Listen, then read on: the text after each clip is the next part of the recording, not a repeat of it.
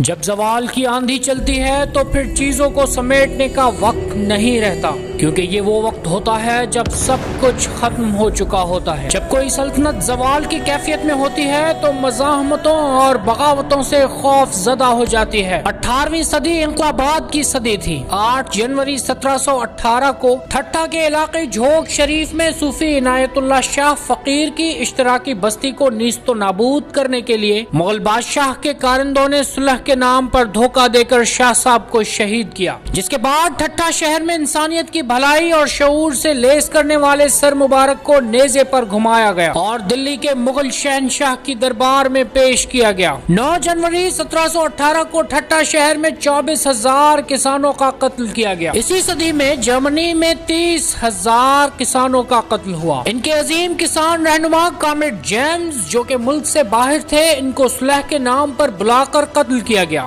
اور اسی صدی میں 1789 میں فرانس میں بادشاہت کے خلاف عوامی انقلاب آیا تو لوئس دہم کا سر قلم کر کے پیرس کی گلیوں میں نیزے پر گھمایا گیا۔ عنایت اللہ شاہ نے لوگوں کو آزاد کرانے کی خاطر جو بوئے وہ کھائے کا نعرہ بلند کر کے پہلی مثال خود اپنے خاندان کی جاگیر میں قائم کی، جہاں رنگ و نسل، ذات اور مذہب سے بالاتر سب انسان برابر تھے۔ جاگیرداروں کے ظلم کے ستائے ہوئے مظلوم انسانوں نے جھوک کا رخ کیا اور دیکھتے ہی دیکھتے جھوک میں ہزاروں خاندان بس گئے۔ عنایت اللہ شاہ کی یہ اشتراکی بستی جاگیرداروں کو نہ بھائی، اس لیے ان کی عقیدہ پرستی، خانقاہ شاہی اور پیر پرستی کی جڑیں اکھڑنے لگیں اور ان کے تخت و تاج ہلنے لگے۔ 1716 میں نواب اعظم خان کو ٹھٹھا کا ناظم بنا دیا گیا، جو شاہ عنایت اللہ کا سخت دشمن تھا۔ ایک طرف ملاؤں سے کفر کا فتویٰ جاری کروایا گیا تو دوسری جانب اپنی اور علاقے کے جاگیرداروں کی مسلح فوج کو اکٹھا کر کے 12 اکتوبر 1716 کو جھوک پر حملہ کروا دیا گیا۔ اس وقت دلی کے پائے تخت پر مغل سلطنت کے بادشاہ فاروق سیار تخت نشین تھے۔ جب بادشاہ کے اعلیٰ کاروں نے جھوک شریف پر حملہ کیا تو عنایت اللہ شاہ کے مسلح تربیت یافتہ محافظین خندقیں کھود کر اس میں محفوظ ہوتے تھے اور حملہ آوروں کو شب خون مارتے تھے۔ وہ مسلسل اس طرح شب خون مار کر دشمنوں کو بھاری مالی اور جانی نقصان پہنچاتے رہے، جس کے نتیجے میں ان کے حوصلے پست ہو گئے۔ 3 ماہ تک کسانوں کے خلاف مغل شاہی کی فوج مسلسل جنگ کر کے جب جھوک کو فتح نہ کر سکی تو سازش کا سہارا لیا گیا۔ بادشاہ کے مسلح گنڈے سفید جھنڈے لے کر قرآن کریم کو ضامن بنا کر صلح کرنے کے بہانے دھوکے اور فریب سے شاہ عنایت اللہ کو جھوک سے ناظم کے دربار میں لائے، جہاں عہد شکنی کرتے ہوئے گرفتار کر کے شاہ صاحب کو ہتھکڑیاں اور بیڑیاں پہنا دی گئیں۔ انہوں نے شاہ صاحب کو حکومت میں حصہ دینے اور بیش بہا فوائد دینے کی پیشکش کی، جسے صوفی شاہ عنایت شہید نے ٹھکرا دیا۔ اس کے بعد سید عنایت اللہ شاہ فقیر کے سامنے بھائی اور بھتیجے کو قتل کیا گیا، پھر بھی وہ جھکنے اور بکنے کو تیار نہ ہوئے، جس کے بعد شاہ صاحب نے دلیری سے موت کی آنکھوں میں آنکھیں ڈال کر کہا کہ میرے نظریات اور اصول مجھے اپنی زندگی سے زیادہ عزیز ہیں۔ میں موقع پرستی، بے اصولی اور بزدلی کی زندگی سے دکھوں،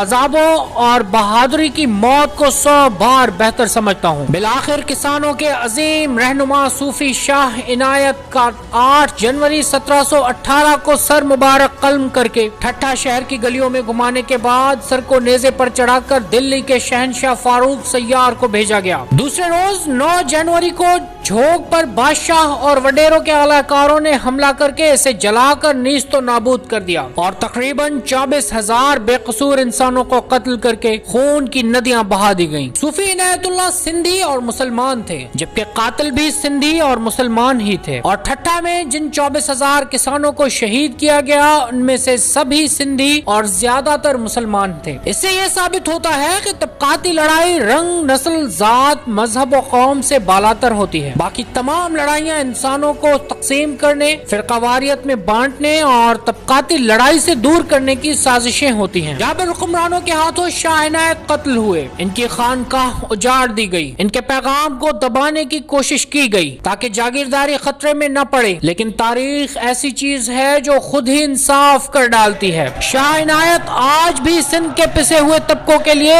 ایک رول ماڈل ہے، لیکن شہداد خان تالپور، اعظم خان اور سازش میں شامل دیگر لوگوں کا کوئی نام و نشان نہیں ہے۔ آج بھی صوفی شاہ عنایت کا پیغام جاگیرداروں کے لیے ایک کھلا چیلنج ہے اور استحصالی نظام میں حق کا نعرہ مستانہ ہے۔ مستانہ ما نعرہ مستانہ ما شوق یہ زندانہ